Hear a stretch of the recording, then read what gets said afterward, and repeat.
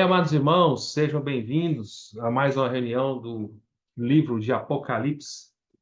É muito precioso esse livro, é maravilhoso, né? Eu espero que durante o tempo que o Senhor nos conduzir por meio desse livro, espero que o Senhor tenha misericórdia de nós, só podemos contar com a graça, a bondade e a misericórdia do Senhor para conosco, que o Senhor nos conduza até o final.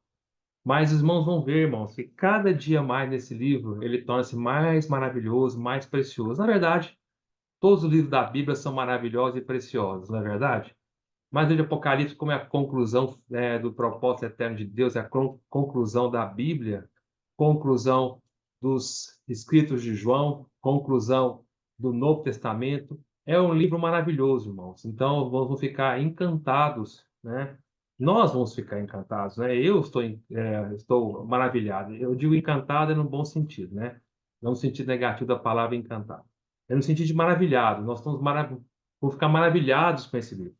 Bom, essa é a mensagem número 24 do livro de Apocalipse, e nós estamos finalizando a igreja de Esmirna. Essa é a mensagem número 6 da igreja de Esmirna, que nós falamos sobre a igreja de Esmirna. Provavelmente vai ser a última mensagem da igreja de Esmirna, e cujo título da mensagem é o dano da segunda morte. Então, espero que os irmãos possam entender essa questão do dom da segunda morte. É um fato, é uma revelação, é uma verdade que para muitos cristãos é muito difícil de entender. Muitos cristãos não conseguem entender esse versículo, né? E se nós não entendemos esse versículo de forma correta, realmente, irmãos, para muitos cristãos a Bíblia fica incompreensível. E o propósito eterno de Deus também fica difícil de entender. Então, é muito importante que nós entendamos esse versículo, tá bom? Então, vamos começar. Nós paramos a mensagem passada em Apocalipse, capítulo 2, versículo 10. Nós falamos para os irmãos ser fiel. Olha o finalzinho do versículo. Ser fiel até a morte. Amém. E dar-te-ei a coroa da vida. Amém. E nós desfrutamos muito sobre isso, né? Então, se você quer entender o que é a coroa da vida, você tem que ouvir a mensagem passada. Vamos para o versículo 11. Quem tem ouvidos, ouça o que o Espírito diz às igrejas. 2 pontos. Então, depois dos 2 pontos aqui, vai aparecer o que o Espírito diz para as igrejas. Então, fala assim: o vencedor de nenhum modo sofrerá dano da segunda morte. Então, o vencedor de nenhum modo sofrerá o dano da segunda morte. Amém! Aleluia! Então, irmãos, eu queria dizer para os irmãos, primeiro, é importante que os irmãos entendam o seguinte: isso é fundamental. Nas 7 cartas de Apocalipse, nós estamos desfrutando, estamos terminando aqui a segunda carta para a igreja em Esmirna, sempre o Espírito termina falando algo, né? Nós falamos para os irmãos, sempre cada carta começa o Senhor Jesus falando e termina a carta com o Espírito falando. Então, parece confuso. Quem está falando? O Senhor Jesus no início da carta ou o Espírito no final da carta? Quem está falando? Quem é que fala comigo, com você? É o Senhor Jesus ou é o Espírito? Na verdade, irmãos, isso prova que é um falar só. Então, isso mostra que o Senhor Jesus, ele é o Espírito. Então, no que diz respeito às igrejas hoje, na era do Novo Testamento, o Senhor em carne, como Filho do Homem, em carne, ele está no terceiro céu, à destra, à direita do Pai, de Deus Pai. Mas, no que diz respeito ao relacionamento com as igrejas, com cada um de nós, ele é o Senhor Espírito. É ele que fala conosco, com as igrejas, mas ele fala como o Espírito. Ele é como fala lá em 2 Coríntios, capítulo 3, né? Eu acho no versículo 18, se eu não estou equivocado, estou falando de cabeça aqui, né? Mas vamos ler rapidinho, né? Eu vou ler para os irmãos, não precisa abrir, não, mas eu vou só ler para os irmãos. 2 Coríntios 3, 18, fala assim: e todos nós, com o rosto desvendado, contemplando como por espelho a glória do Senhor, somos transformados de glória em glória na sua própria imagem, como pelo Senhor, o Espírito.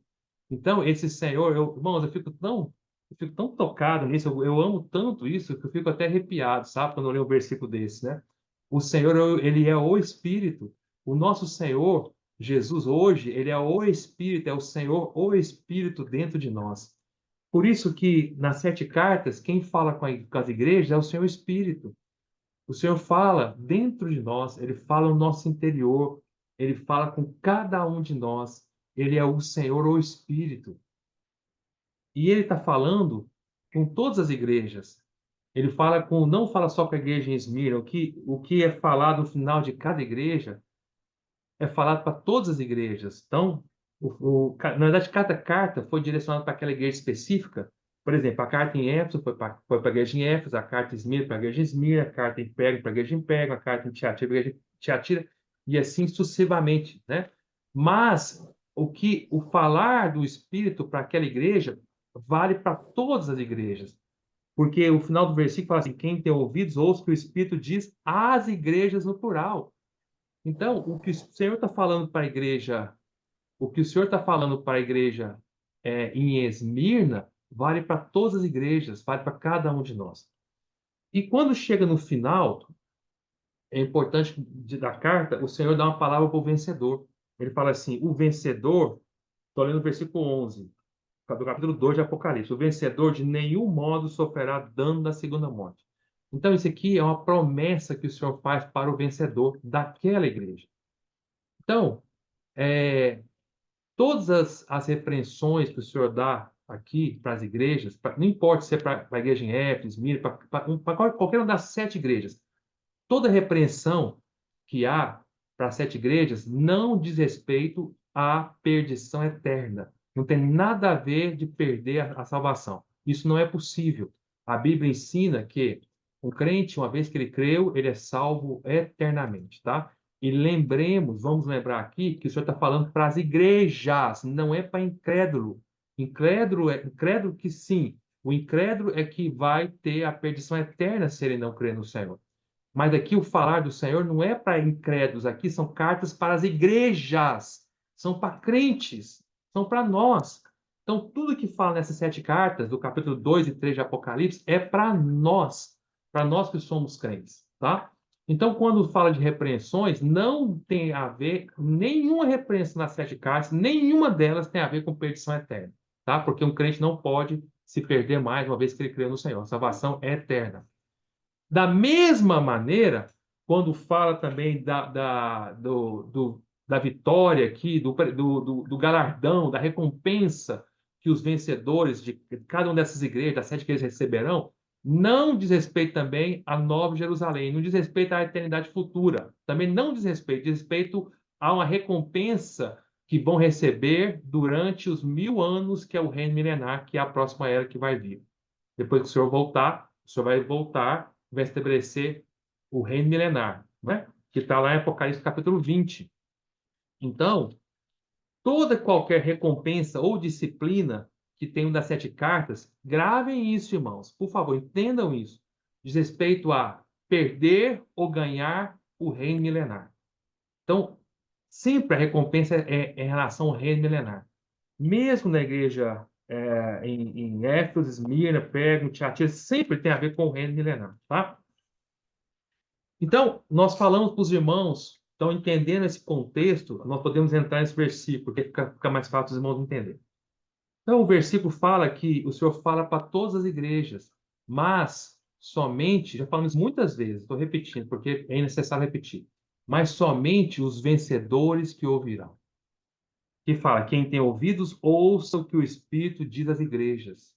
No que diz respeito ao falar das igrejas, quem fala é o Espírito. E quando o Senhor fala no nosso interior. O falar do Espírito não é um falar externo, o falar do Espírito não é um falar que venha sobre nós, não. Não. O Espírito não é sobre venha sobre nós, o Espírito está dentro de nós, não é? É importante, irmãos, lembrarem, né? Às vezes eu ouço cristãos orando assim: Senhor, o Espírito venha sobre nós. Não, no Novo Testamento o Espírito não vem sobre nós, o Espírito está dentro de nós. O Espírito está dentro de nós, mas você fala assim: mas irmão Gustavo, lá em Atos, em Pentecostes, o Espírito desceu sobre eles. É verdade, ali o Espírito desceu sobre eles mesmo. Veio sobre eles, como língua de fogo, não é? Mas Ali foi só o início da igreja. A partir de então, se você ler todo o todo o Novo Testamento daí para frente, o Espírito já não vem sobre nós mais.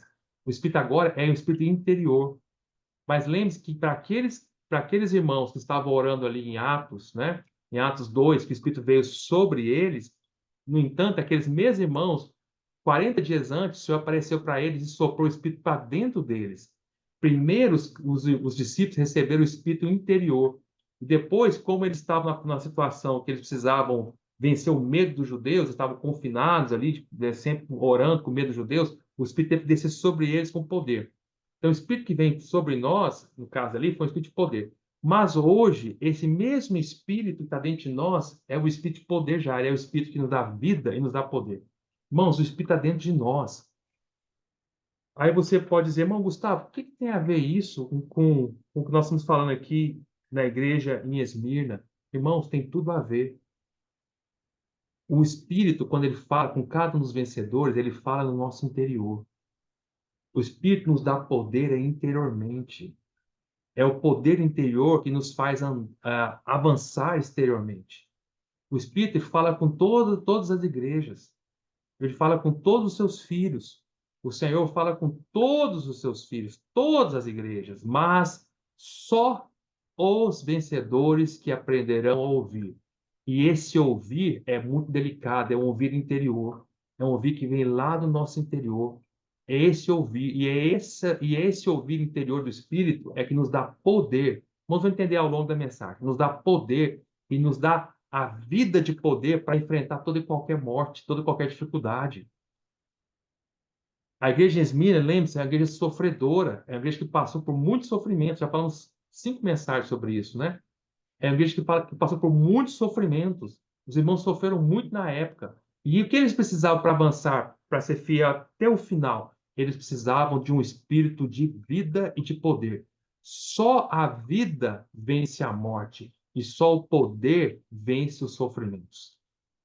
Mas entendem? Quando nós estamos sofrendo, só a vida pode vencer a morte que nós passamos. Quando nós estamos sofrendo, só o poder pode nos fazer avançar. Mas aonde está essa vida e poder? Está no Espírito.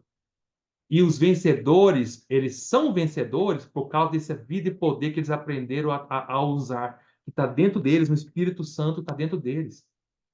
É isso que faz eles vencerem. Irmão, se nós aprendermos a viver no nosso espírito, aprender a todo tempo ouvir o Espírito interiormente, como vida e poder, esse Espírito que está dentro de nós, que é o Senhor Espírito, é que nos faz sermos transformados de glória em glória, como fala em 2 Coríntios capítulo 3, versículo 18, acabamos de ler. É esse Espírito que nos faz avançar e vencer.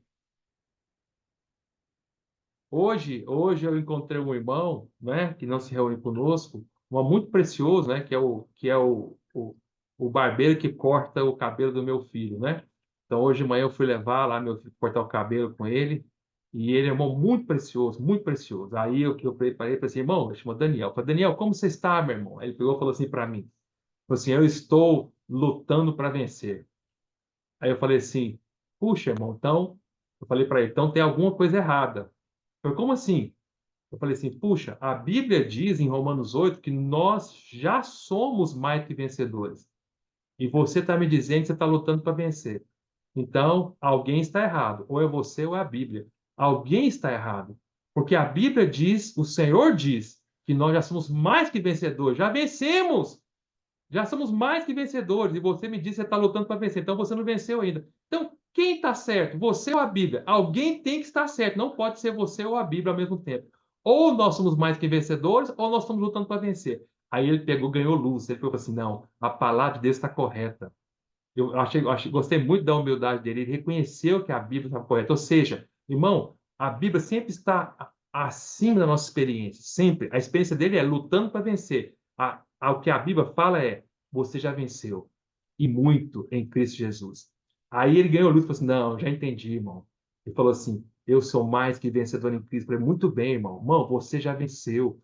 Você está sob os ombros da vitória de Cristo. Tome posse dela. Não é você que luta para vencer, é Cristo que lutou para vencer. E a vitória de Cristo agora é sua pela fé, se você usar o seu espírito. Falei para ele, irmão, nós somos mais que vencedores. Nem a morte, nem a vida, nem principado, nem potestade, nem altura, nem profundidade, nem qualquer criatura, ninguém jamais poderá nos afastar do amor de Deus em Cristo Jesus. Por isso, nós somos mais do que vencedores. Então, isso é o vencedor.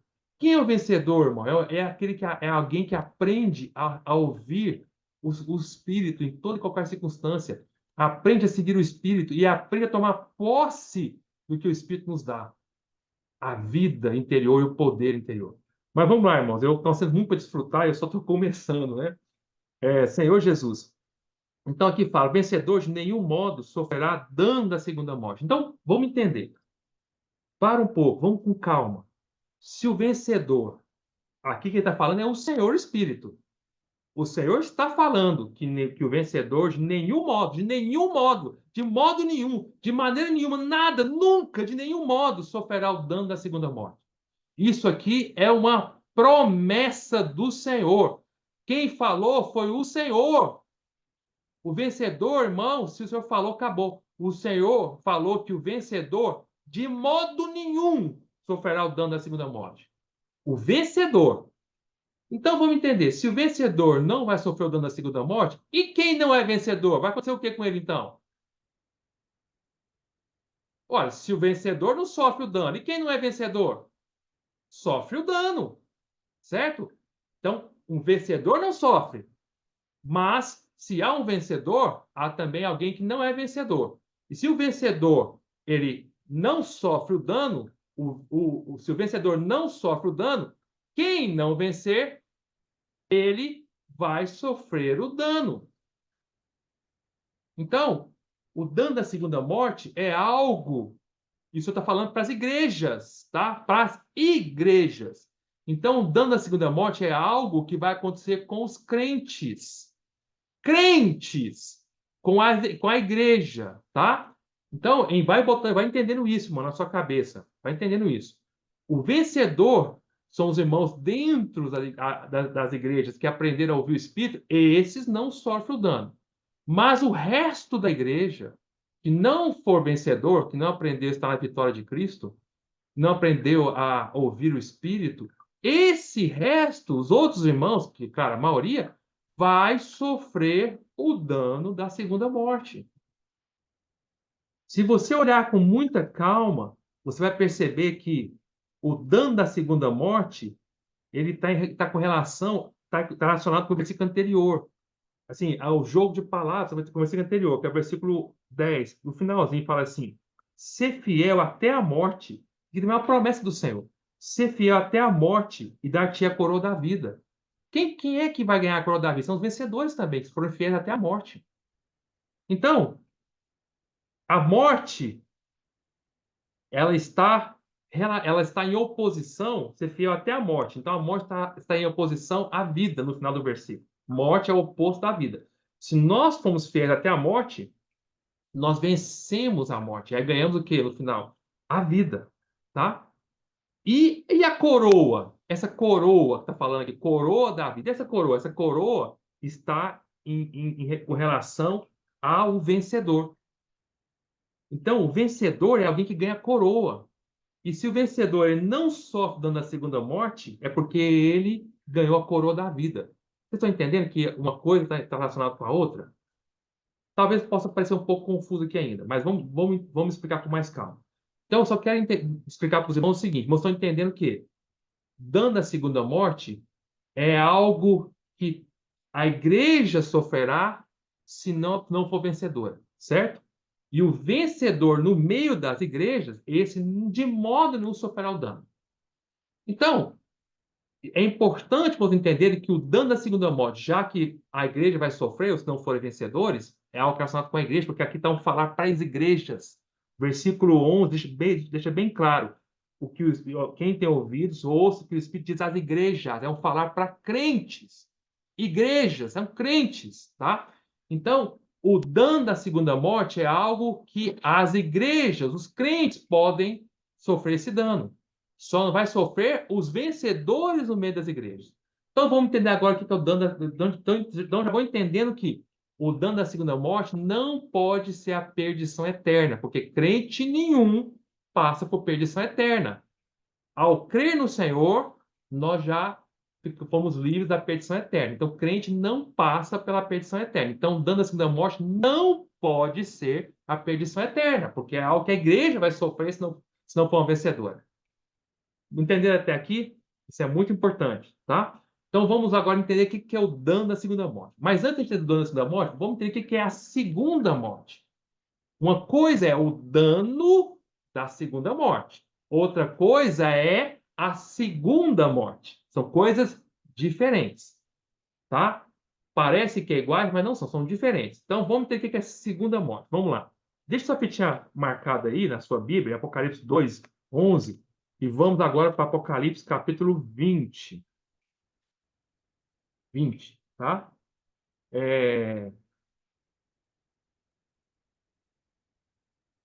Irmãos, abrir Apocalipse 20.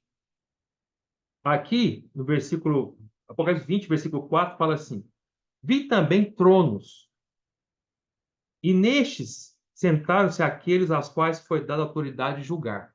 Então, trono é para um vencedor. Por que para um vencedor? Lembre-se, lá em Apocalipse, acabamos de falar, Apocalipse capítulo 2, que o vencedor ganha uma coroa. Coroa da vida. Lógico que a coroa não é ficha, explicamos isso para os irmãos da mensagem passada. Mas a coroa significa, tem um significado, ela significa que você é um vencedor, que você é um rei, que você vai sentar num trono, porque só o rei que usa coroa, tá? Então, vi também tronos. Quem são os tronos? São onde estão os vencedores que receberam a coroa, tá? Vamos continuar. Vi também tronos, neste sentado aqueles aos quais foi dada a autoridade de julgar. Vi ainda as almas dos decapitados por causa do testemunho de Jesus, bem como por causa da palavra de Deus. Tantos quantos não adoraram a besta, nem tampouco a sua imagem, e não receberam a marca na fronte e na mão, e viveram e reinaram com Cristo durante 1000 anos. Ou seja, quem é que vai reinar com Cristo 1000 anos? Vai viver e reinar com Cristo? Quem vai viver e reinar com Cristo são os vencedores durante 1000 anos, que estão no trono, receberam coroas, tá? São os vencedores. Vamos continuar, versículo 5. O restante dos mortos não reviveram até que se completasse os 1000 anos. Esse restante morto, está falando aqui, são os incrédulos. Incrédulos, tá? Esta é a primeira ressurreição. Bem-aventurado e santo é aquele que tem parte na primeira ressurreição. Sobre estes, a segunda morte não tem autoridade. Pelo contrário, serão sacerdotes de Deus e Cristo e reinarão com eles os 1000 anos. Então, aqui está falando da segunda morte. Já citou a palavra segunda morte, tá? O que é a primeira ressurreição? Se há uma primeira ressurreição, quer dizer que também há uma segunda ressurreição, tá? Então, vamos entender o que é a primeira ressurreição. Quando o Senhor voltar, o Senhor nos falou lá em João capítulo 5, quando ele voltar, no momento, não só quando ele voltar, quando na volta do Senhor, a partir da volta do Senhor, quando ele voltar, o Senhor vai ressuscitar todos que já morreram. Todos. Crentes ou incrédulos, todos que já morreram, todos serão ressuscitados um dia. Então, você pode ser um crente que morreu, ou você pode ser um incrédulo que morreu. Estou dando exemplo, né? Mas quando o Senhor voltar, todos serão ressuscitados, tá? Onde estão os mortos hoje? Crentes ou incrédulos? Isso mais para frente, vamos ter uma mensagem sobre isso, mas vamos falar um pouquinho mais. Então, todos que morreram, crentes ou incrédulos, vão para o mesmo lugar que é o centro da Terra, que é o Hades, tá? Só que o Hades, que a Bíblia chama de Hades, fica no centro da Terra. Os crentes e os incrédulos, todos vão para o Hades. Morreu, vai todo mundo para o Hades, para o mesmo lugar. Só que dentro do Hades há uma separação, há um abismo de separação, tá? Então, uma parte do Hades, a Bíblia chama de seio de Abraão ou paraíso. Imagina se é algo bom ou não. Um paraíso. É algo maravilhoso, né? Um paraíso. Imagina o seio de Abraão, tá junto com Abraão. É algo tremendo, não é? Essa parte boa do Hades é onde estão os crentes que morreram. Então, todos os crentes que morreram, pode ser crente vencedor, não vencedor, todos estão lá hoje. Hoje está todo mundo lá. Todos os crentes estão nessa parte boa do Hades, que é chamado Ser de Abraão, paraíso. E existe uma outra parte do Hades, que a Bíblia chama de lugar de tormento, ou inferno propriamente dito, vamos dizer assim, que é onde estão todos os incrédulos que morreram. Então, todos os incrédulos morreram estão nessa parte de tormento. Chama-se lugar de tormento. Imagine se é algo bom ou ruim. É algo que é cheio de tormento, tá? Mas ambas as duas partes estão no mesmo lugar, no Hades, mas há uma separação, um abismo de separação entre as duas partes. Então, há um abismo de separação entre o ser de Abraão, ou paraíso, e esse abismo separa da outra parte, que é o lugar de tormento, ou o inferno propriamente dito, tá? De modo que a pessoa que está num lugar não pode ir para o outro, que é um abismo de separação, tá bom? Mas os mortos estão todos lá, crentes de um lado, incrédulos do outro. Tá? E nesses crentes que estão de um lado, estão misturados. E vencedor e não vencedor, está tudo lá, certo? Muito bem. Isso está no centro da terra. Quando o Senhor voltar, o Senhor vai esvaziar o Hades. Ou seja, o Senhor vai ressuscitar todo mundo que está ali. Todo mundo será ressuscitado. Tanto os crentes quanto os incrédulos. Todos serão ressuscitados. Todos vão sair do Hades ali, tá? O Hades é só um lugar intermediário, temporário, até que o Senhor volte. Quando o Senhor voltar, o Senhor vai ressuscitar todo mundo que está ali. Vai ressuscitar para quê? Para julgar cada um. Os crentes serão julgados? Serão. E os incrédulos serão julgados? Também serão. Para que eles serão julgados, os crentes e os incrédulos? Porque depois do julgamento vai haver depois do julgamento dos crentes, os crentes vão receber ou um galardão ou uma disciplina. E depois do julgamento dos incrédulos, também receberão algo, que é a punição eterna, tá? Que é a destruição eterna, né? E não vamos falar, daqui a pouco eu vou explicar. Então, você está entendendo até esse ponto? Aí, irmão, Gustavo, onde você viu que o Senhor vai ressuscitar todo mundo? Pô, olha, é o próprio Senhor que falou isso. Vamos lá rapidinho, ler lá em João capítulo 5. São palavras do Senhor. O Senhor que nos disse isso. Nós só sabemos porque o Senhor nos disse, tá? João capítulo 5, versículo 25, fala assim: em verdade vos digo que vem a hora e já chegou em que os mortos ouvirão a voz do Filho de Deus, dos que a ouvirem viverão. Aqui isso está falando, na verdade, dos mortos, os mortos espirituais, não os mortos físicos. Mas quando chega no versículo 28, o Senhor fala dos mortos físicos, ó. Não vos maravilheis disso, porque vem a hora em que todos, e vem a hora em que todos os que se acham nos túmulos, todos, crente ou incrédulo, ouvirão a sua voz e sairão, a voz do Senhor e sairão. Os que tiverem feito o bem para a ressurreição da vida, e os que tiverem praticado o mal para a ressurreição do juízo. Então, o Senhor vai ressuscitar todos, crente e incrédulo, lá do Hades. Vai tirar os crentes do lugar do ser de Abraão, ressuscitando eles, e vai tirar os incrédulos do lugar de tormento, ressuscitando eles também. Então, vamos voltar para o Apocalipse capítulo 20. Eu estou indo com calma para vocês entenderem o dano da segunda morte, tá bom? Então, vamos lá, voltando para o Apocalipse 20. Então tá, o Senhor vem, ressuscita os crentes que estão mortos, todos. Aí o Senhor faz o que com os crentes? O Senhor vai julgar cada um dos crentes. Cada um de nós seremos julgados. E onde o Senhor vai julgar os crentes? Vai julgar no lugar chamado Tribunal de Cristo, que vai ser estabelecido nos ares, tá? Durante a volta do Senhor, ele vai estabelecer nos ares o Tribunal de Cristo, vai ressuscitar todos os crentes e vai julgar todos, um por um. Todos nós seremos julgados, crentes, no Tribunal de Cristo. E os crentes que forem vencedores, o Senhor vai dar um galardão, uma recompensa, um prêmio para eles, que é reinar com Cristo 1000 anos. Os crentes que não forem vencedores vão ser disciplinados durante o reino milenar, no período de 1000 anos. Não que vai ser disciplinado durante 1000 anos, vai ser disciplinado durante o reino milenar. Alguns vão ser disciplinados por menos anos, outros por mais anos, etc. Tá? Não é que todo crente que não for vencedor vai ficar 1000 anos sendo disciplinado. Não, vai ser disciplinado enquanto o senhor achar que for necessário. Tá? Essa questão, nós já falamos numa mensagem de Daniel, muito claramente, mas eu não vou entrar nesse ponto agora, não. Então, o ponto é, o senhor citou os crentes, arrebatou eles para o tribunal de Cristo, nos ares, e aí o Senhor vai julgá-los entre vencedores e não vencedores. Vencedores vão reinar com o Senhor. Os não vencedores vão ser disciplinados durante o período do reino milenar. Tá? Agora vamos falar dos incrédulos. Bom, essa primeira ressurreição dos crentes é chamada de. Essa primeira ressurreição que acontece é chamada da primeira ressurreição, porque é a primeira que acontece. A primeira ressurreição é quando o Senhor ressuscita os crentes. Tá? Por isso chama a primeira, ressuscitou os crentes, para julgá-los no tribunal de Cristo. Tá?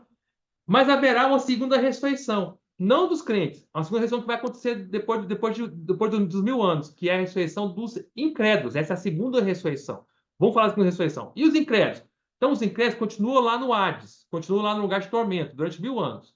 Aí começa o reino milenar, 1000 anos. Quando terminar o reino milenar, no final do reino milenar, os incrédulos estão lá no Hades ainda. A parte boa do Hades, que é o ser de Abraão, o paraíso, já está vazio, que é a parte dos crentes. Já foram ressuscitados, já foram julgados no tribunal de Cristo, os crentes.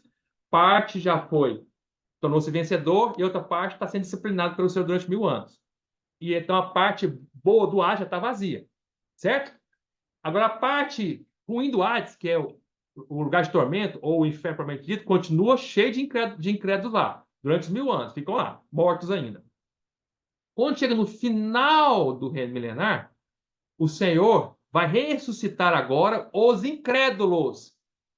Então, essa vai ser a segunda ressurreição no tempo. A primeira ressurreição foi dos crentes, a segunda vai ser dos incrédulos. Por isso, uma segunda ressurreição. Nessa segunda ressurreição, é dos incrédulos. Aí o Senhor ressuscita todos os incrédulos, para quê? Para julgá-los, cada um também. E esse julgamento vai ser no final do reino milenar, e a Bíblia chama o lugar que vai julgar esses incrédulos, a Bíblia chama de grande trono branco. Tá? Está lá no versículo 11, Apocalipse 20, 11, fala assim: vi um grande trono branco, e aquele que nele se assenta, de cuja presença fugiram a terra e o céu, e não se achou lugar para eles. Vi também os mortos, os grandes, os pequenos, postos em pé diante do trono. Então se abriram livros. Ainda outro livro, o livro da vida, foi aberto, e os mortos foram julgados, segundo as suas obras, conforme se achava escrito nos livros. Deu o mar os mortos que neles estavam, a morte e o além entregaram os mortos que neles havia, e foram julgados um por um, segundo as suas obras. Então a morte e o inferno aqui é o Hades, foram lançados para dentro do lago de fogo. Esta é a segunda morte, o lago de fogo. E se alguém não foi achado escrito no livro da vida, esse foi lançado para dentro do lago de fogo. Então, o livro da vida é o livro que está escrito aqueles que creram no Senhor. Todos aqueles cujo nome não estão no livro da vida é porque não creram no Senhor, são os incrédulos. Esses serão lançados dentro do lago de fogo, que é a segunda morte. Tá? Então, o que é a segunda morte? É o lago de fogo. Então, vamos falar um pouquinho de novo, né? Quando termina os 1000 anos, o Senhor ressuscita os incrédulos que estão lá na parte ruim do Hades, chamado lugar de tormento ou inferno propriamente dita, e vai julgá-los no grande trono branco. E depois o Senhor julga eles, julga um após um, aí o Senhor pega eles, os incrédulos, e joga para dentro do lago de fogo. Não confunda o lago de fogo com o Hades, tá? São coisas totalmente diferentes. O Hades é um lugar temporário até que o Senhor volte. Quando terminar o reino milenar, o Senhor, e depois que o Senhor esvaziou o Hades, a parte ruim do Hades, jogou cada incrédulo e jogou para dentro do lago de fogo, o próprio Hades também vai ser jogado dentro do lago de fogo. É o que está falando aqui, ó, no versículo 13, no versículo 14. Então a morte e o inferno, o Hades, a palavra que é Hades no grego.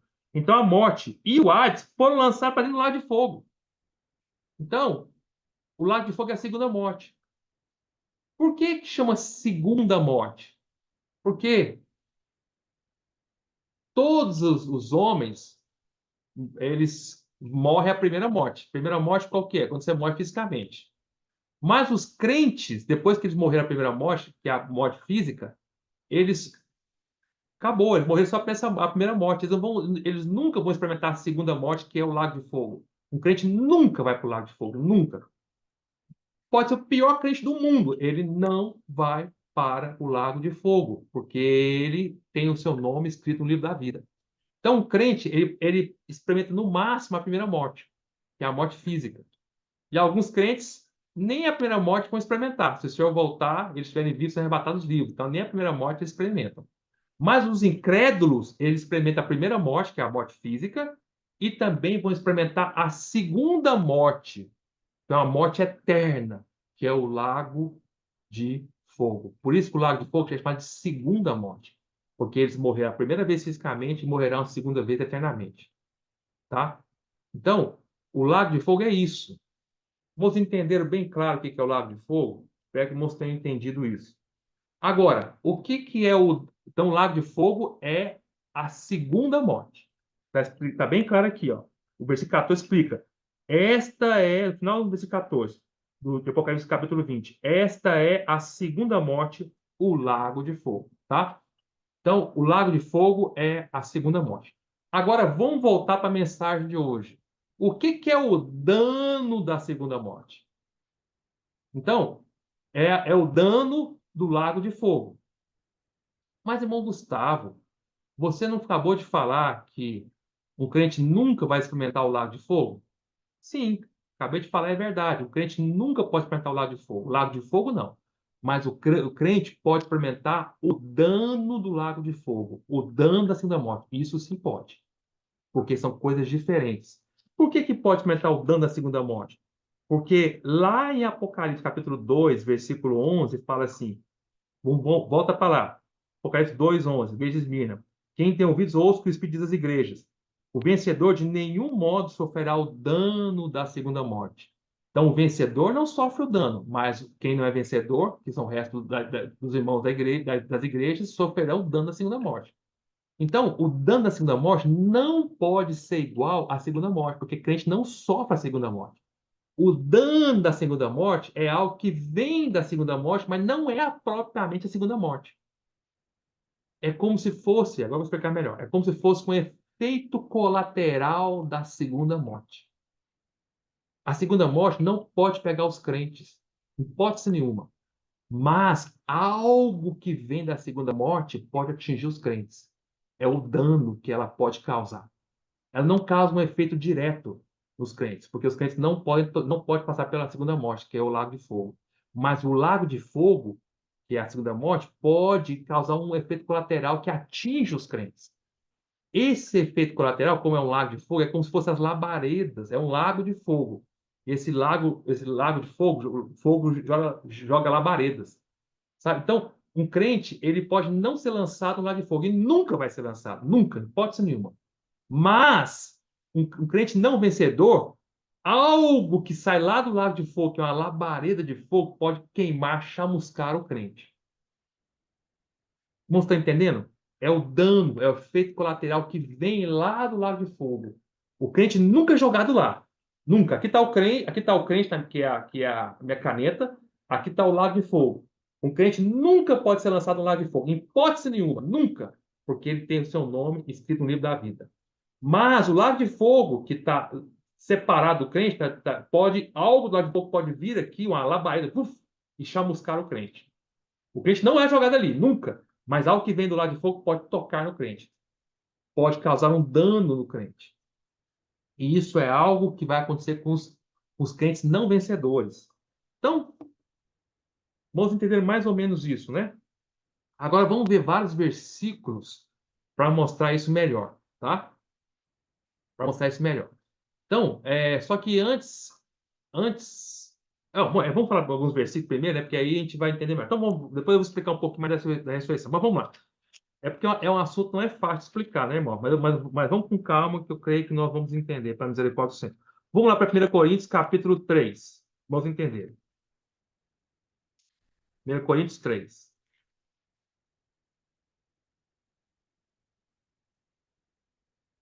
Esse assunto, irmãos, que nós estamos falando hoje, também foi explicado com muito detalhe nas reuniões de Daniel, nas mensagens do capítulo 2 de Daniel, que estão no YouTube, cujo tema das mensagens é o Hiena de Fogo, tá? Teve duas mensagens, se eu não estou equivocado, sobre isso, a Hiena de Fogo 1 e Hiena de Fogo número 2. Tá lá no YouTube, tá? No site da Igreja Araguaína do YouTube. Então, no YouTube, no YouTube, como Igreja Araguaína, Reunião de Daniel, Hiena de Fogo 1 e 2, Se quiserem ouvir com mais detalhe, ouçam lá, foi explicado com detalhes também lá. Mas vamos lá. 1 Coríntios capítulo 3. Você fala assim, vamos ler lá no versículo 10. Paulo fala assim: segundo a graça de Deus que me foi dada, lancei o fundamento como prudente construtor, e outro edifica sobre ele, porém cada um veja como edifica. Então, Paulo está falando sobre edificar a igreja, que ele lançou o fundamento e outros crentes virão e edificarão sobre esse fundamento. Agora, deixa eu te perguntar: quem é que edifica a igreja? É crente ou incrédulo? É claro que é crente. Então, aqui Paulo está falando para crentes, tá? Então, só crentes que participam da edificação da igreja. Mas nós precisamos ver como nós, cada um de nós edifica a igreja. Porque podemos edificar de uma maneira que podemos sofrer dano na segunda morte. Que vamos entender lá? Vamos com calma. Porém, versículo 11. Porém, ninguém pode lançar outro fundamento além do que foi posto, qual é Jesus Cristo. Contudo, se o que alguém edifica sobre o fundamento é ouro, prata, pedras preciosas, madeira fina e palha, manifesto tornará a obra de cada um, pois o dia demonstrará. O que é esse dia? É a volta do Senhor. É o dia maiúsculo, tá? O dia da volta do Senhor. Porque está sendo revelado pelo fogo. E qual seja a obra de cada um, o próprio fogo o provará. Se permanecer a obra de alguém que sob o fundamento edificou, esse receberá galardão. Se a obra de alguém se queimar, se a obra de alguém, está falando de fogo e queimar. Se a obra de alguém se queimar, sofrerá ele dano. Olha o dano, olha a palavra dano aí. Fogo, queima e dano. Sofrerá dano, mas esse mesmo será salvo, todavia, como através do fogo. Então, o que Paulo está falando aqui? Paulo está falando justamente do dano da segunda morte, do dano do lago de fogo. Um crente, ele não pode, de maneira nenhuma, ser lançado no lago de fogo, mas algo, parte desse fogo que vem lá do lago de fogo, ou seja, algo, labaredas, pode queimar, o fogo pode danificar a obra de um crente. Esse é o dano da segunda morte. Então, o que é o dano da segunda morte na prática? É a disciplina durante os 1000 anos. Então, quem não for um vencedor vai estar passando por disciplina no período dos 1000 anos. Não é que serão 1000 anos inteiros de disciplina. Não. Durante o período do milênio, dos 1000 anos, um crente que não for vencedor, ele vai passar pelo dano da segunda morte. Ou seja, algo que vem lá do lado de fogo. O crente não está no lado de fogo. Ele está sendo disciplinado nas trevas exteriores. Mas algo que vem lá do lado de fogo, uma labareda vem e queima, vai queimando a obra dele. Ele é salvo? É, mas como pelo fogo. Por isso que fala assim no versículo 15. Mas esse mesmo será salvo, todavia, como através do fogo. Então, se ele edificar a igreja com algo que pode ser queimado, que é madeira, feno e palha, e essa madeira, feno e palha, que é de coisas naturais do nosso velho homem, às vezes nós edificamos a igreja com algo natural, algo da madeira, da feno e da palha. Não, aqui no Paulo não está falando de coisas físicas, vocês sabem. Madeira, feno e palha é algo do nosso ser natural, porque é algo natural dessa terra, madeira, feno e palha. Essas coisas, elas são queimadas. Se vem o fogo, queima. Então, um crente não vencedor, ele pode sofrer o dano que vem lá do lago de fogo. É algo que vem do lago de fogo. Ele não vai para lá. O crente não está no lago de fogo, mas algo do lago de fogo vem até ele, que é o fogo para queimar. Não estão entendendo? Tá? A Bíblia fala muito sobre isso. Bastante sobre isso. Quer ver? Eu vou dar outro exemplo para os irmãos. Vão para Hebreus, tem vários exemplos na Bíblia. O senhor falou isso muitas e muitas vezes, tá? Eu estou pegando só alguns exemplos, porque nossa ênfase hoje não é explicar com tanto detalhe isso, porque já foi falado em Daniel, né? E também lá no final da Apocalipse, no capítulo 20, vamos tocar nesse ponto de novo. Mas vamos lá para Hebreus capítulo 6. Isso é muito rico, Hebreus 6. Hebreus 6 é outro trecho que muitos crentes têm dificuldade de entender. Justamente porque, se não entender essa questão da diferença entre o lago de fogo, que é a segunda morte, e o dano do lago de fogo, que é o efeito colateral da segunda morte, eles não conseguem entender essa passagem nem outra passagem da Bíblia. Confundem tudo. Então, nunca, mais repetindo, irmãos, nunca misture as duas coisas. Lago de fogo é a segunda morte. O crente nunca passa por isso. Nenhum crente, nem o pior de todos, nunca passa por isso. Mas algo que vem, o dano da segunda morte, o dano do lago de fogo, a labareda, o fogo que vem de lá pode atingir o crente e queimar aquilo que é natural no crente, tá? Vamos ler a Hebreus 6:1. Fala assim: por isso, o autor de Hebreus fala: pondo de parte os princípios elementares da doutrina de Cristo, deixemos-nos levar para o que é perfeito, não lançando de novo a base do arrependimento das obras mortas e da fé em Deus. O ensino de batismos, da imposição de mão, da ressurreição dos mortos e do juízo eterno. Isso faremos, se Deus permitir. Agora o ponto principal. Vamos lá. É impossível, pois, que aqueles que uma vez foram iluminados e provaram o dom celestial e se tornaram participantes do Espírito Santo e provaram a boa palavra de Deus e os poderes do mundo vindouro. Irmão, isso aqui, na reunião de Daniel, eu expliquei por detalhe cada um desses trechos aqui. Eu não tenho tempo para explicar agora, irmão, mas é maravilhoso, mas isso aqui é tremendo demais. Mas vamos continuar. E caíram. Sim, é impossível outra vez renová-los para arrependimento, visto que de novo estão crucificando para si mesmos o Filho de Deus, expondo a ignomínia.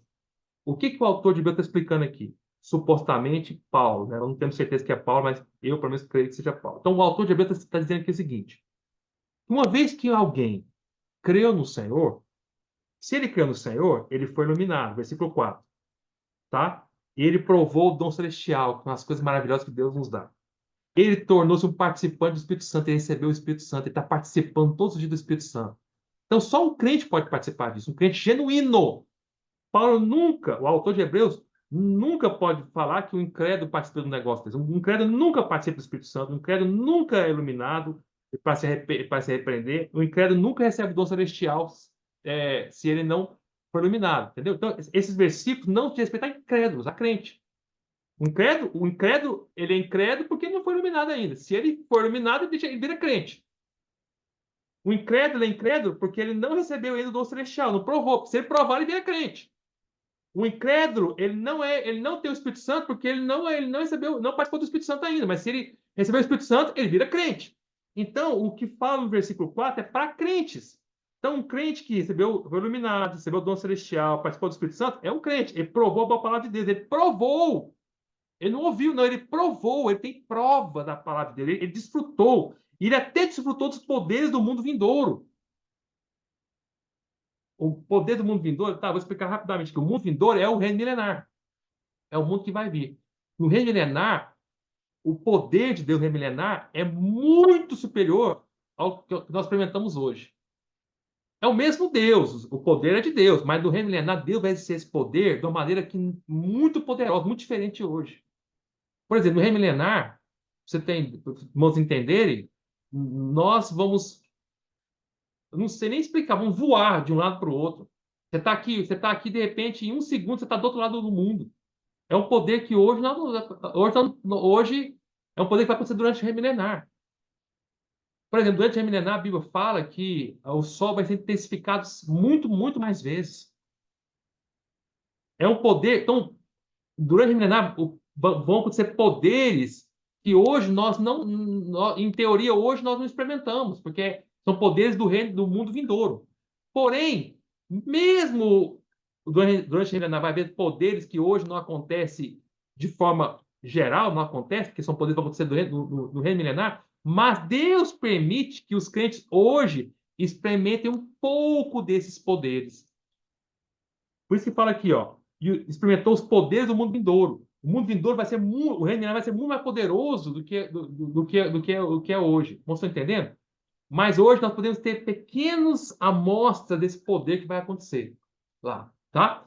Então, estou falando assim, que um crente que experimentou tudo isso, aí fala no versículo 6, e caiu, é um crente que ele caiu em pecado, se desviou, né?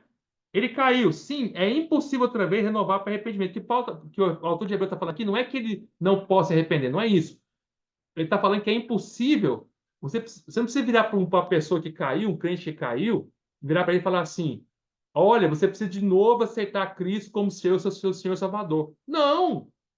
É impossível você fazer isso com ele. Não precisa, é impossível. Cristo já morreu por ele, já aceitou. É isso que o Paulo está falando. É impossível outra vez renovar para arrependimento, visto que de novo estão crucificando para si mesmo o Filho de Deus, falando de novo. Então, está querendo dizer assim: alguém que crê no Senhor e caiu, você não precisa virar para ele e falar assim: olha, você caiu agora, então aceite o Senhor novamente, aceita o sacrifício de Cristo na cruz, deixa o Senhor morrer por você de novo. Não, você não precisa fazer isso mais. É impossível fazer isso. Não se pode, é impossível. O Senhor já morreu de uma vez por todas. Tá? Então, muitos entendem errado, dizendo que entendem que está falando que é impossível que essa pessoa que caiu volte a se arrepender. Não, não é isso que eu querendo dizer aqui. Muito entendendo? Quer dizer que você não pode fazer uma pessoa que caiu virar para ele e fazer ele aceitar o Senhor de novo. Isso é impossível. Ele já aceitou de uma vez, já nasceu de novo. Não tem como desnascer. Entenderam, irmãos? Aí, vem o versículo 7, que é a chave que eu estou explicando aqui hoje.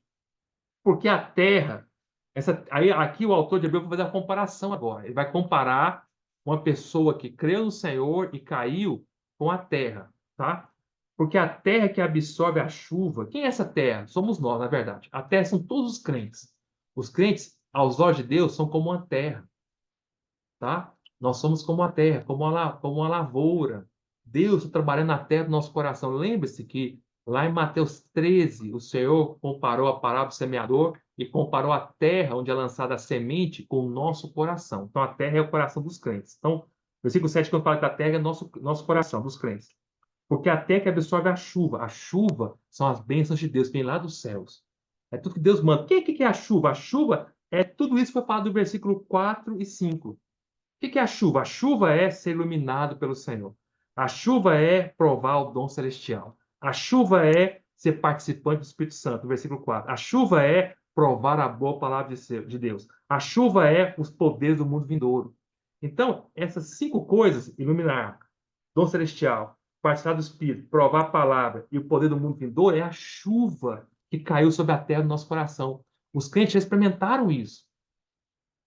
Quando nós temos o Senhor, nós estamos experimentando essas 5 coisas. É a chuva que Deus manda para a terra do nosso coração. Para que Deus manda essa chuva para a terra? Para produzir frutos para Ele. Tá? Para produzir a mudança do nosso coração e transformar nosso coração. Então vamos continuar. Porque a terra que absorve a chuva, absorve essas coisas, absorve essas coisas maravilhosas que é falado no versículo 4 e 5. Que frequentemente cai sobre ela. Deus manda essas coisas sobre nós frequentemente, irmãos. Deus é tão bom para nós, os crentes, que o Senhor nos ilumina a todo momento. É uma chuva, irmão. Quando você e eu fomos iluminados, não fique triste. Agradeça ao Senhor. Fala, Senhor, muito obrigado. É a chuva querendo fertilizar a terra do meu coração. O Senhor manda essa chuva frequentemente, manda luz toda hora, toda reunião, toda vez que a gente lê a palavra, o Senhor está mandando chuva. Que tragédia seria se eu lesse a palavra, fosse para a reunião da igreja e não fosse iluminado? Isso quer dizer que Deus não mandou chuva para o meu coração. Isso quer dizer que meu coração entrou naquela reunião ou leu a palavra e não aconteceu nada com ele. Isso quer dizer que continua seca a terra do meu coração, não caiu chuva sobre o meu coração. Irmão, nunca ache ruim ser iluminado, ainda que exponha eu e você. A iluminação da palavra de Deus é a chuva querendo fertilizar nosso coração. E ele manda frequentemente. Amém! O Senhor nunca deixa a terra do nosso coração endurecer. Ele manda chuva toda hora para nos iluminar. É o que fala aqui, ó. Absorve a chuva que frequentemente cai sobre ela. O que mais o Senhor manda? O que é essa chuva que frequentemente o Senhor manda sobre ela? É o dom celestial. O Senhor falou para a mulher samaritana em João 4, se conheceras o dom de Deus, e quem é que te pede, tu lhe pedirias. Irmãos, vamos pedir para o Senhor, Senhor, manda o dom de Deus. É Cristo. Senhor, todo dia o Senhor manda frequentemente o dom de Deus, Cristo para nós, irmãos. Toda hora é Cristo sendo dado para nós, é o dom de Deus, o dom celestial. E é frequente, é a chuva. O que mais da chuva? É participar do Espírito Santo. Irmãos, é desfrutar do Espírito toda hora. É o seu Espírito com o Espírito do Senhor toda hora desfrutando. O Senhor manda essa experiência do Espírito Santo no nosso Espírito toda hora, todo momento. É chuva para salvar nosso coração da dureza, de ser endurecido pelo pecado. O que salva o meu coração se eu de tornar-se uma terra árida, endurecida pelo pecado? É participar do Espírito Santo que o Senhor manda toda hora, frequentemente, como chuva, que o nosso coração precisa absorver. Absorver, Senhor, eu quero absorver o Espírito totalmente. O que mais? Provar a boa palavra de Deus. Não é ouvir a boa palavra de Deus, é provar a boa palavra de Deus. O Senhor manda palavra para nós toda hora. Irmãos, nós temos que agradecer ao Senhor. Tem palavra a todo momento. E é palavra boa, maravilhosa, E essa palavra nós precisamos provar. É essa palavra que salva o nosso coração de ser árido e seco. Porque terra árida e seca não produz fruto. É a chuva que o Senhor manda frequentemente. E o poder do mundo vindouro? O poder do mundo vindouro é o poder da ressurreição. É o poder que destrói toda a morte. São os poderes que Deus manda para nós. Mano, nós somos empoderados a todo momento pelo Espírito. É a chuva que o Senhor manda para salvar nosso coração. Mas vamos continuar. E produz, vou ler de novo o versículo 7. Porque a terra que absorve a chuva, que frequentemente cai sobre ela, e ela produz erva útil para aqueles por quem é também cultivada, recebe bênção da parte de Deus. Irmãos, isso é bênção. Produz algo útil, erva útil. Nosso coração quer ser útil ou o nosso coração quer ser inútil para Deus? O que faz nosso coração útil ou inútil é de quanto nós absorvemos toda a chuva que Deus manda frequentemente. É essa chuva que fertiliza o nosso coração.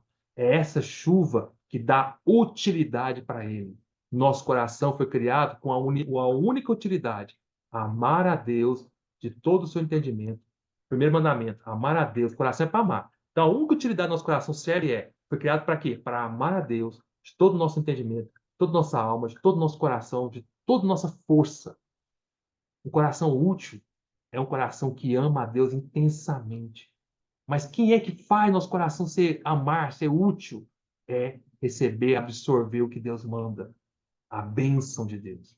Tá? Agora olha o 8. Mas, cuidado, o 8 é o mas. Tem um porém aí. Sempre tem um porém, tem um mas. Mas, se essa terra, está falando dos crentes, a terra do coração dos crentes, mas se essa terra produz espinhos e abrolhos, o que é espinhos e abrolhos? Espinhos e abrolhos são coisas do velho homem. Vou explicar melhor. Quando Deus criou o homem lá em Gênesis, se recorda? Antes do homem cair na queda, a terra, ela não produzia espinhos e abrolhos. Mas uma vez que houve a queda, lá em Gênesis 2, Gênesis 3, quer ver? Deixa a fitinha marcada aí. Bota sua mão aí em Hebreus 6. Eu vou voltar para Hebreus 6. Mas vamos lá, vamos para Gênesis capítulo 3. Depois que houve a queda, entrou o pecado no homem. Quando entrou o pecado no homem, aí Deus, então, amaldiçoou a terra com espinhos e abrolhos. Quer ver? Olha lá. Olha no versículo 17. Gênesis 3, 17. E Adão disse, e a Adão, Deus disse, visto que atendeste a voz de tua mulher e comeste da árvore que eu te dei, não comestes, maldita é a terra por tua causa.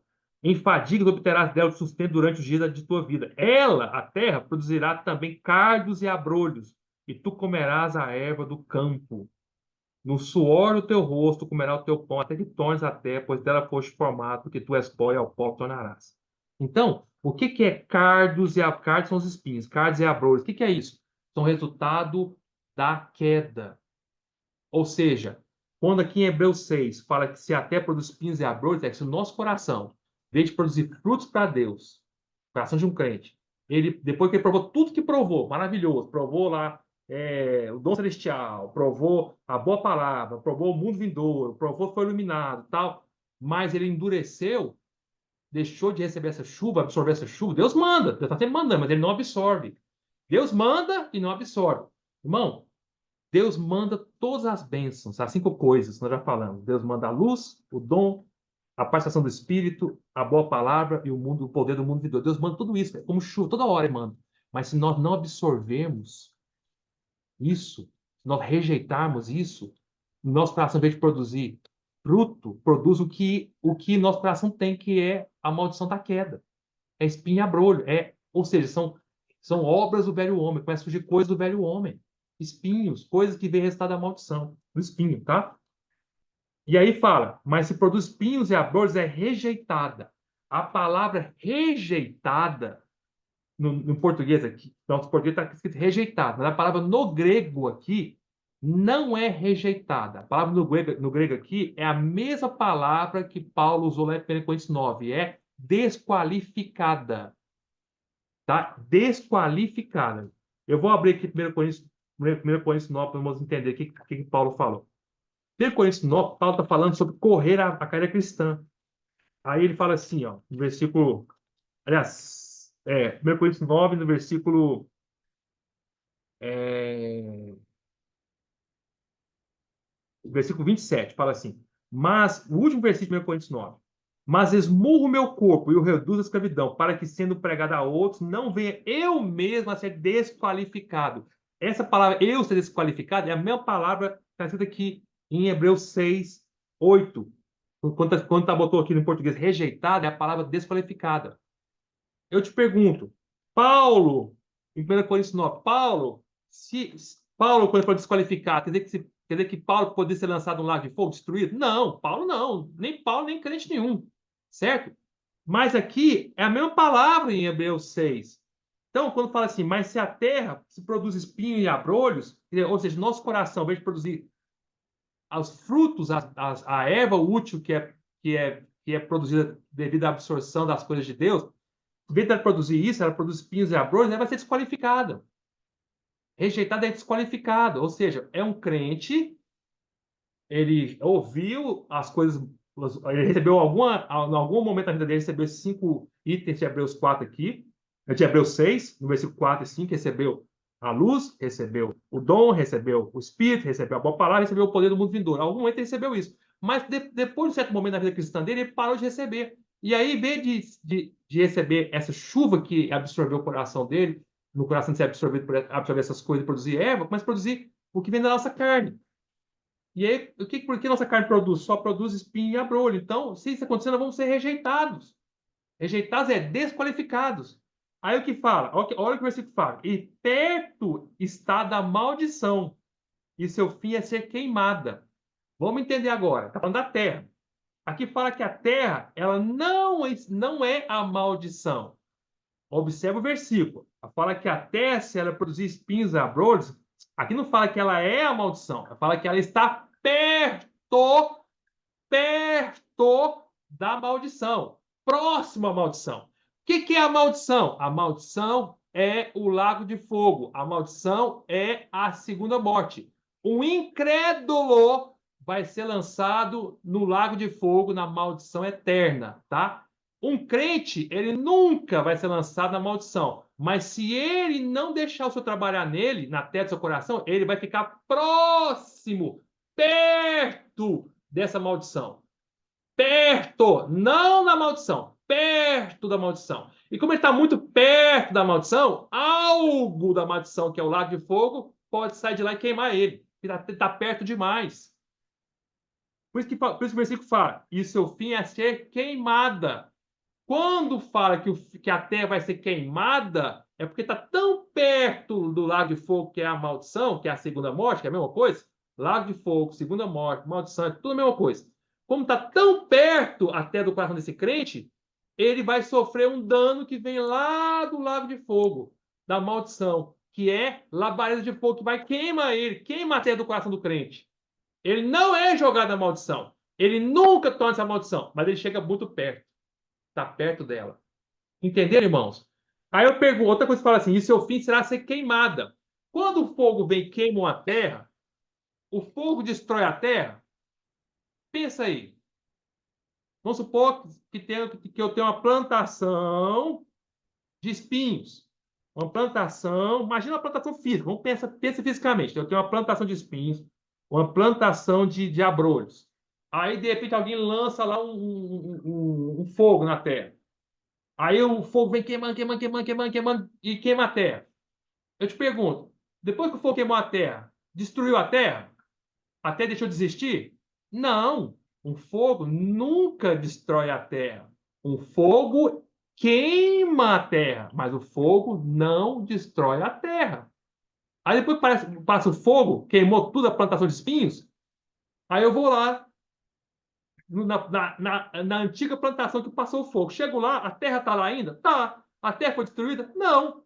O que foi destruído é o que estava em cima da terra. O que foi destruído é o que a terra estava produzindo, que era o espinho. Mas a terra continua ali. O fogo, na verdade, veio purificar a terra. Ele queimou só o que estava em cima. Mas a terra continua ali. Se eu pegar essa terra agora e plantar algo novo nela, vai nascer de novo. Tanto é que muitas pessoas fazem isso, né?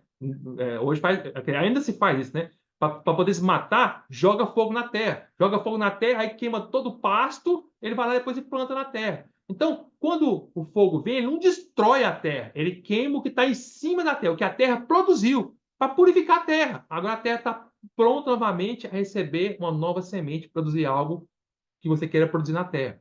Então, quando o autor de Hebreus fala que o fim da terra é ser queimada, não é ser destruída, é ser queimada. A terra do coração dos crentes. Se um crente não produzir algo para Deus, se ele não absorver o que Deus está mandando todos os dias, deixar seu coração se endurecer, deixar o coração produzir, então, espinhos e abrolhos, o Senhor, então, durante o reino milenar, vai mandar algo que vem lá do lago de fogo, porque o crente não está no lago de fogo, mas está perto dele. Algo vai vir de lá, que é o fogo que vem de lá, que é o dano da segunda morte. O dano é o fogo que vem lá na segunda morte, queima até do coração do crente para purificar.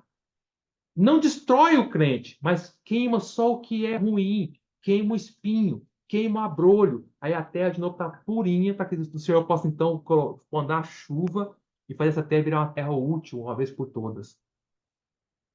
Irmãos, entenderam? Eu espero ter, com esses exemplos, mostrado lá em 1 Coríntios 3 e aqui, tem muitos outros, mostrado para os irmãos o que é o dano da segunda morte. É o mesmo princípio lá em João 15. Vamos ver lá. O dano da segunda morte, então, é a disciplina do reino milenar sobre aqueles que não foram vencedores. Olha João 15 para você ver. Versículo 1. Fala assim: Eu sou a videira verdadeira e meu pai é agricultor. Todo ramo que estando em mim, todo ramo que estando em mim. Quem é o ramo aqui? Aqui é uma parábola, né? Aqui você está contando a parábola da videira. O Senhor é a videira. O ramo que está no Senhor é cada um de nós que cremos. Eu te pergunto, um incrédulo pode estar conectado com Cristo, ser um ramo da videira? Nunca, nunca. Um ramo da videira é só crente. Aí ele fala, todo ramo que estando em mim, um crente foi enxertado em Cristo. Todo crente que estando em mim não der fruto, o que o pai faz? O pai o corta. E todo que dá fruto, o crente que dá fruto, limpa para que produza mais fruto ainda. Vós já estáis limpos para a palavra que vos tenho falado. Permanecer em mim e eu permanecer em vós. Como não pode o ramo produzir fruto de si mesmo, se não permanecer na videira, assim nem vós o podeis dar, se não permaneceres em mim. Eu sou a videira verdadeira. E vós, os ramos. Está explicando aí. Está explicando quem é a videira e quem é os ramos. Os crentes são os ramos. Estamos em Cristo. Quem permanece em mim e eu nele, esse dá muito fruto, porque sem mim nada podeis fazer. Agora, olha o versículo 5, está em Cristo, dá muito fruto, é o que falou em Hebreus 6. É aquele crente que absorve as bênçãos, a chuva que Deus manda frequentemente. Esse é o crente que é o que dá fruto, é o que está desfrutando do Senhor frequentemente. Aí, lá em Hebreus, depois que fala do crente que dá fruto, vai falar do porém. E o crente que não dá fruto, que é o mas. Mas, se o crente deixar sua terra não absorver o que Deus manda, as bênçãos, a chuva, ele vai produzir espinhos e abrolhos. Aí que qual é o fim dele? Ser queimado. É o que eu falo aqui também. Versículo 5 só fala: Eu sou a videira verdadeira, vós o ramo. Quem permanece em mim e eu nele está muito fruto, porque sem mim nada poder fazer isso. Então, esse aqui é o crente que desfruta, que absorve a chuva. Mas tem um mais também, é o próximo versículo. Ó. Se alguém não permanece em mim, é um crente, mas não permanece no Senhor, não desfruta do Senhor. Será lançado fora. O que é lançado fora? Lançado fora é inferno? Não. Lançado fora é o lago de fogo? Não. Lançado fora é a disciplina do reino milenar. É um crente. Deus nunca pega um crente, um ramo da videira, um ramo de Cristo e joga no lago de fogo. Nunca. Nunca. Ele vai ser lançado fora nas trevas exteriores. E continua. Ó, a semelhança do ramo e secará. Olha lá. Seca. E o apanham, lança no fogo e o queimam. Que fogo é esse? É o dano da segunda morte. E queima. Olha lá, igualzinho de Hebreus 6. Queima. Queima o ramo, mas não para destruí-lo, mas para fazer ele voltar a ser um ramo frutífero. Tá, irmãos? Entenderam? Ó Senhor Jesus. Espero que não tenham entendido. Agora eu quero tocar num outro ponto maravilhoso, que é o mesmo assunto. É o mesmo assunto, tá? Ah, vamos voltar lá para para Apocalipse 20. Então, Apocalipse 20, nós falamos da ressurreição, a primeira ressurreição, lembra disso?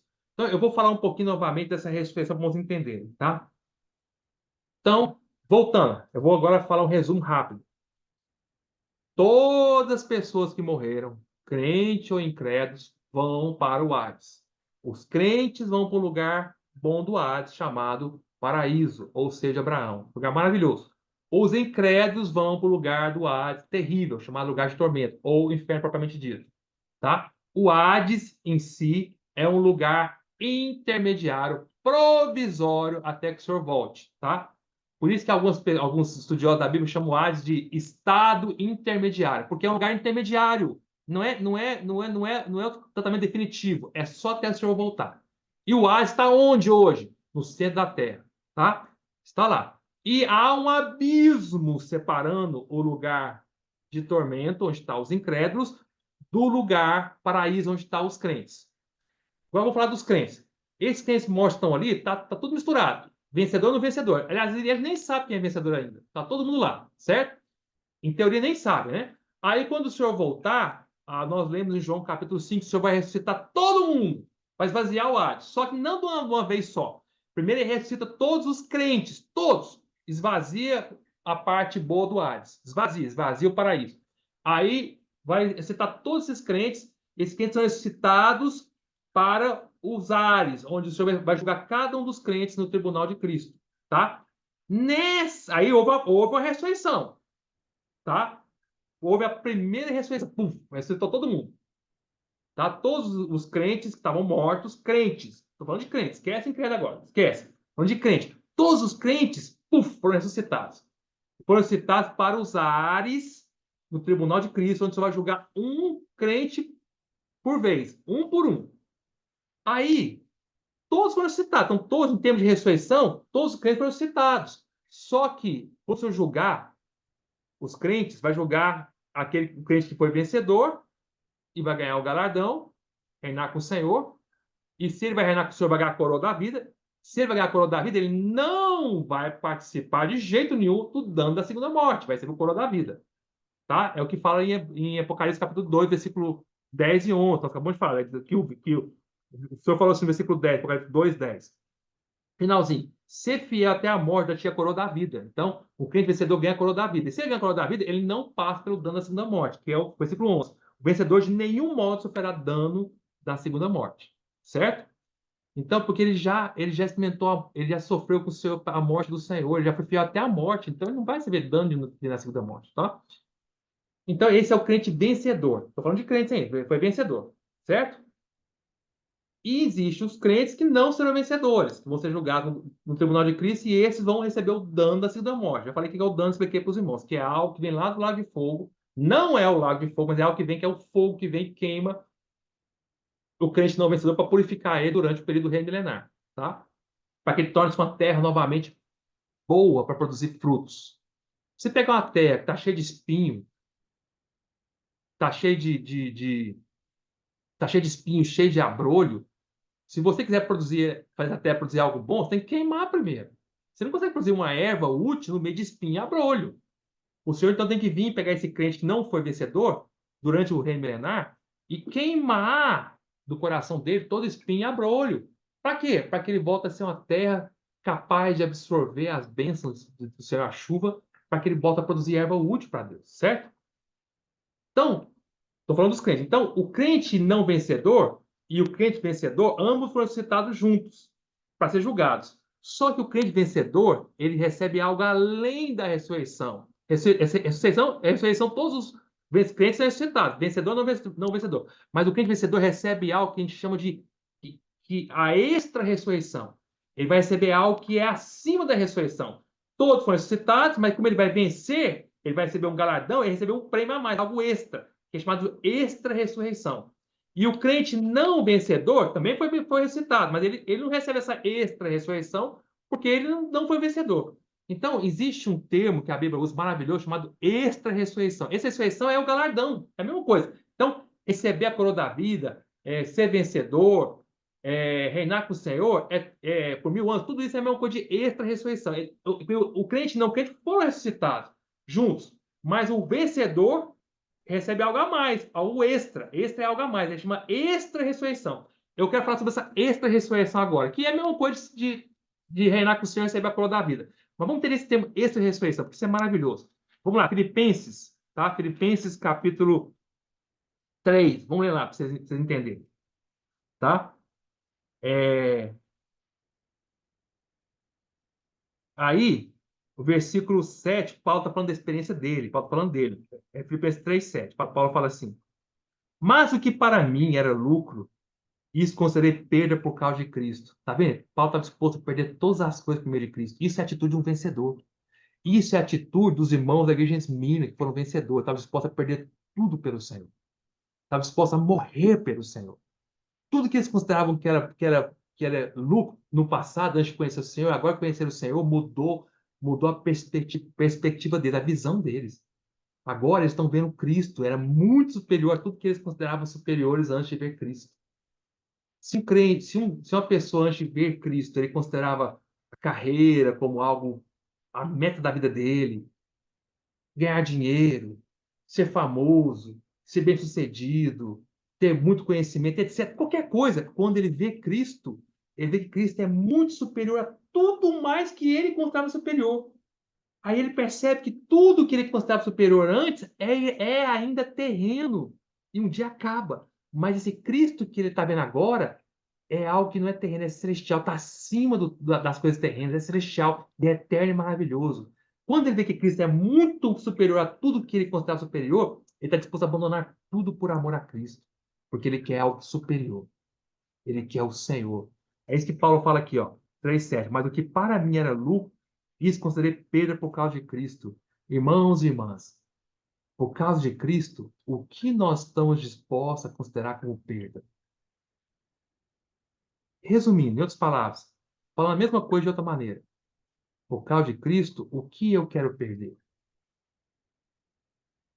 O meu ego? A minha dignidade? A minha autopiedade? Pena de mim mesmo? O que eu estou disposto a perder? O que eu estou disposto a perder é porque eu comparei com Cristo e vi que Cristo é superior. E o que eu não estou disposto a perder é porque eu comparei com Cristo e considerei aquilo que eu não estou disposto a perder superior ao próprio Cristo. É uma questão de lucro e perda. Se eu olho para a minha carreira como médico e falo assim, puxa, nossa, eu quero comparar ser médico com ser cristão. Aí eu comparo. Eu sou médico, eu sou um cristão. Aí eu começo a comparar. Aí eu vejo, não, ser médico dá mais lucro para mim, não fisicamente falando de dinheiro, mas dá mais lucro para mim do que ser cristão. Então, porque eu considerei medicina superior a Cristo. Mas se eu falar assim, não, meu Cristo vale muito mais do que a minha carreira de médico, então eu considerei Cristo superior à medicina. É uma questão de perda e lucro. O que me dá mais prazer, dá mais lucro? O que me dá mais perda? É uma questão de valor. O que eu dou mais valor? A isso ou aquilo? Tudo que nós estamos dispostos a manter, irmãos, é porque nós consideramos superior a Cristo. Tudo que nós amamos mais do que o Senhor é porque é isso que nós amamos, nossa perspectiva é muito melhor do que Cristo. Mas se nós temos a visão que Cristo é maravilhoso, irmãos, tudo nessa terra é considerado inferior. Mas vamos continuar. Versículo 8. Sim, deveras considero tudo como perda, por causa da sublimidade do conhecimento de Cristo Jesus, meu Senhor. Por amor, é uma questão de amor. Por amor do qual perdi todas as coisas. Irmãos, só quem ama o Senhor está disposto a perder.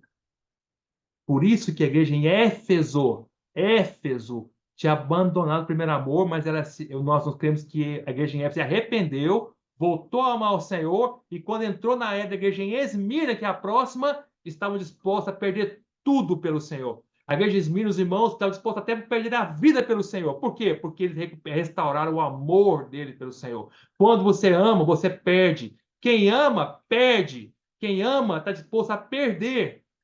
E quando ele perde, ele ganha. Ganha quem? O amor da vida dele, que é Cristo. O amor é uma questão de doação, de perda, não de ganho. O Senhor nos amou de tal maneira, João 3,16, que ele perdeu o seu filho por nós. Quem ama, entrega. Quem ama, perde, porque ele ama tanto que o amor é superior ao que está disposto a perder. Por amor do qual perdi, não é ganhei, perdi todas as coisas e as considero como lixo, refúgio é lixo, esterco, para ganhar a Cristo e ser achado nele, não tendo justiça própria, tá vendo? Não tem justiça própria. Até isso ele está disposto a perder. Que procede da lei, senão a que é mediante a fé em Cristo. Justiça que procede de Deus, baseada na fé. Para o conhecer o poder da sua ressurreição, uma ressurreição que seria poderosíssima, e a comunhão do seu sofrimento, está disposto a ter comunhão não com o Senhor, está disposto a ter comunhão com os sofrimentos do Senhor. Aqui não fala comunhão do Senhor, comunhão dos seus sofrimentos. Todo mundo quer ter comunhão com o Senhor. Ô, Senhor, o Senhor quer ter comunhão contigo. Aí você fala assim, e quem quer ter comunhão com os meus sofrimentos? Opa, Senhor, essa não quer ter comunhão, não. Lembre-se, a palavra comunhão quer dizer uma união em comum, uma comum união, comunhão, uma união em comum, ser um só, ter algo em comum. Todo mundo está disposto a ser um, todo crente diz que quer ter comunhão com o Senhor, quer ter algo em comum com o Senhor, mas ninguém está disposto a sofrer, a ter algo em comum com os sofrimentos do Senhor.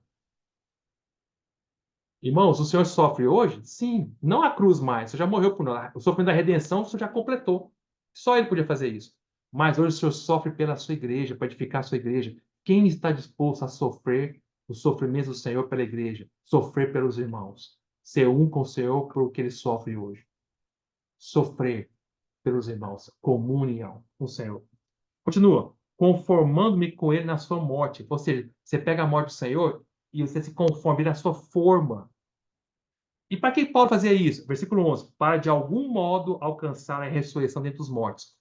A palavra ressurreição aqui no português está mal traduzida. No grego, a palavra no grego é assim, ó. Vou ler para vocês. Para de algum modo alcançar a extra ressurreição. Superior ressurreição dentre os mortos. Extra ressurreição é algo que você vai ganhar acima da ressurreição. Ou também chamar de ressurreição superior, porque é uma ressurreição mais elevada.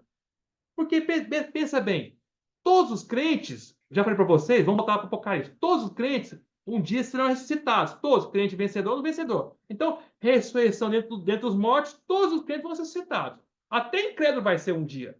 Mas vamos falar dos crentes. Todos os crentes serão ressuscitados. Então, não pode ser uma ressurreição comum dentre os mortos. Paulo está falando aqui que ele estava disposto a sofrer tudo para alcançar algo que vai além da ressurreição, porque todos os crentes são ressuscitados, mas os crentes vencedores, além de ser ressuscitados lá no tribunal de Cristo, vão ganhar algo extra ressurreição, algo superior, uma ressurreição superior. Eles são ressuscitados também junto com os outros crentes, mas os vencedores vão ganhar algo extra, que é o galardão.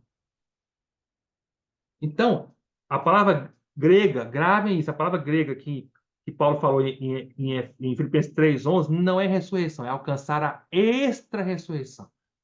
Extra, superior ressurreição. Irmãos, só alcança essa ressurreição extra, algo que você ganha além da ressurreição, que é reinar com o Senhor, porque todo crente é ressuscitado. Mais uma vez, estou repetindo, todo crente é ressuscitado. Todo mundo vai ser ressuscitado para o tribunal de Cristo. Mas chega lá, os vencedores ganham algo extra, algo superior à ressurreição. Eles vão reinar. E os outros crentes não vencedores vão receber o dano da segunda morte. O dano do lago de fogo. Então, irmãos, a palavra aqui é extra ressurreição. Estão entendendo isso, irmãos? Só pode alcançar a extra ressurreição. Quem que vai alcançar a ressurreição? Paulo fala em Hebreus 11. É quem participou de Hebreus 10. Perdão, eu falei com calma. Eu falei muito rápido.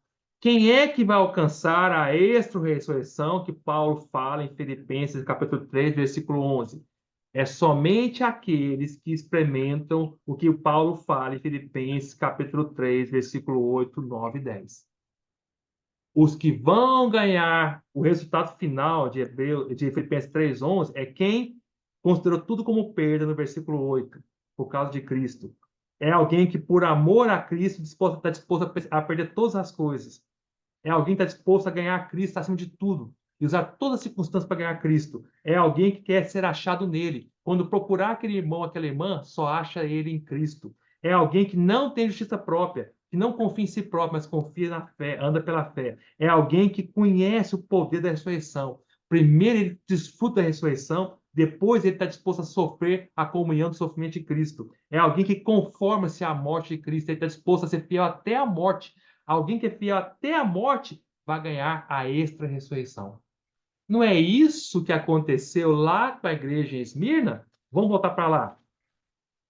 É justamente isso. Eu dei essa volta inteira para explicar o que está acontecendo com a igreja de Esmirna. Olha o que eu falo no versículo 10, Apocalipse 2:10. Não temas as coisas que tens de sofrer. Não temas. Perca tudo por amor a Cristo. Eis que o diabo está para lançar em prisão alguns entre vós, para ser expostos à prova, e tereis tribulação de 10 dias. Vai ter tribulação. Ser fiel até a morte. Esteja disposto até conformar-se à morte de Cristo. Ser fiel até a morte, e você vai receber a coroa da vida. O que é a coroa da vida? É a extra ressurreição. É algo que só o vencedor recebe, que é algo que é acima da ressurreição. É isso que também fala em Hebreus 11. Vamos ler lá em Hebreus 11? Eu estou terminando. Hebreus 11. Hebreus 11. Eu ia, irmãos, falar para vocês hoje do Salmo 45, que é maravilhoso, mas não vai dar tempo. Eu deixo para semana que vem. Mas vamos lá, Hebreus 11. Hebreus 11. Olha só. Versículo 35. Lembre-se que Hebreus 11 é chamado, para alguns irmãos, né, a galeria dos heróis da fé. Hebreus 11 conta a história dos vencedores, desde o Velho Testamento até o Novo Testamento. Aqueles estão dispostos a amar o Senhor por todas as coisas. Estão dispostos a conformar-se à morte de Cristo. Desde o Velho até o Novo.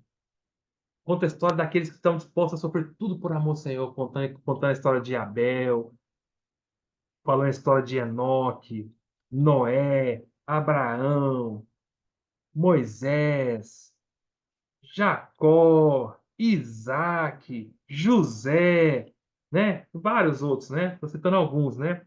Raabe, certo, irmãos?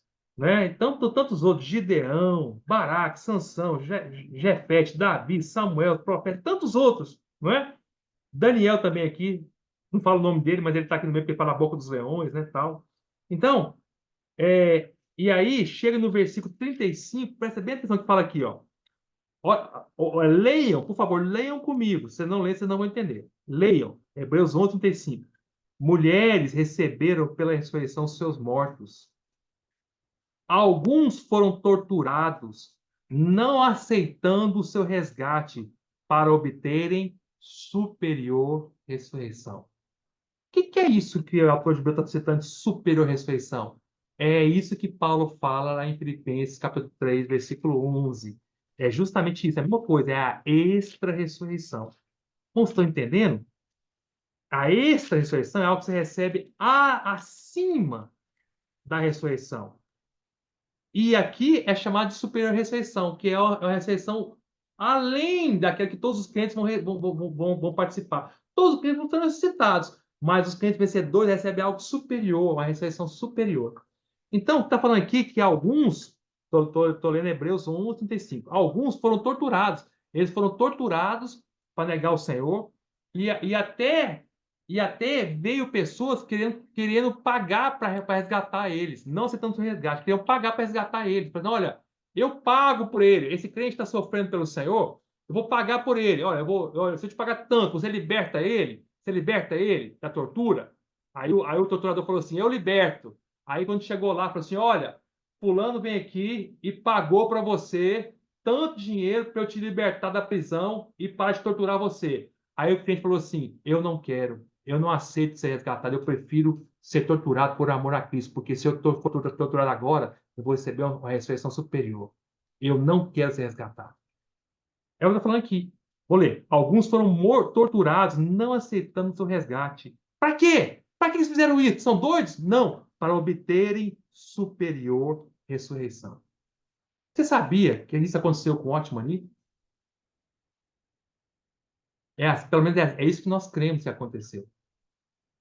Vou contar para você uma história rápida. O Otmani, foi preso pelo governo comunista em 1952.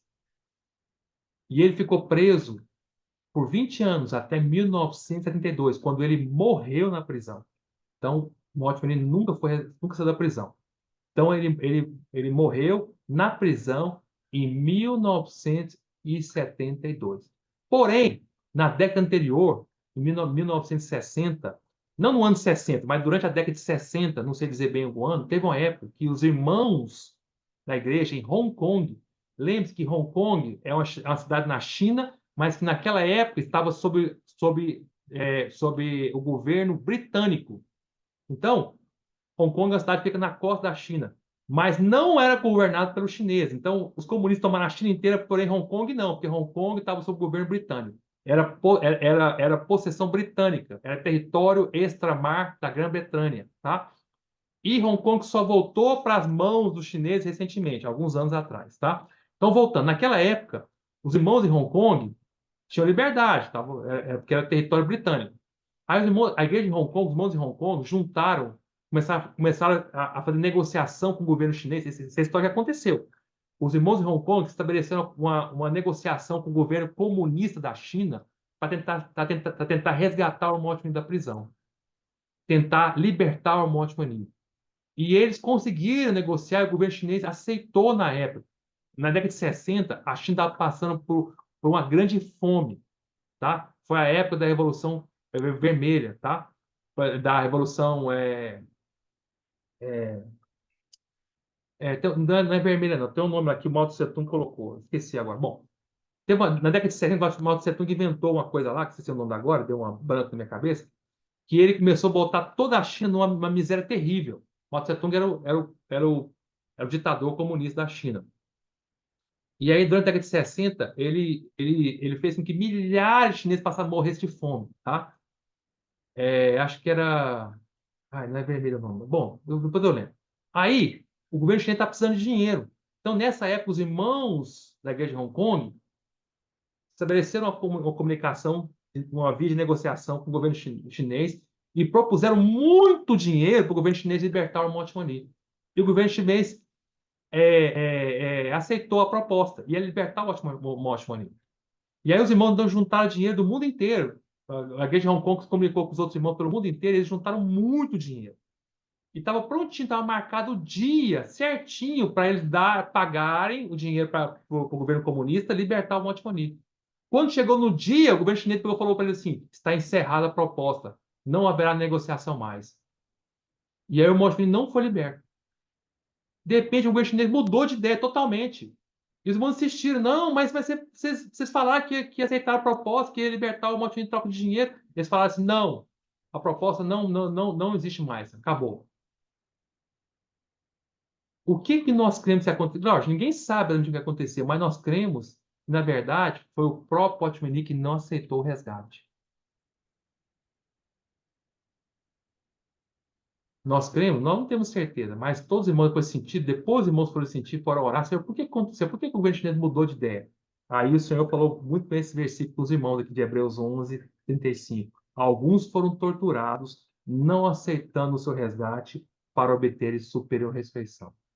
O Potmini não aceitou ser resgatado. Quando o governo chinês falou para... É o que nós cremos, né? Quando o governo chinês veio falar para ele que estava em negociação com os irmãos em Hong Kong para libertar ele, ele falou assim: eu não quero. Nem todo dinheiro do mundo eu vou aceitar. Eu quero continuar aqui. E não aceitou de maneira nenhuma. Por que ele fez isso? Porque ele queria obter uma superior ressurreição. Irmãos, eu termino aqui. Eu ia falar, como já quase 6 horas da tarde, eu vou parar.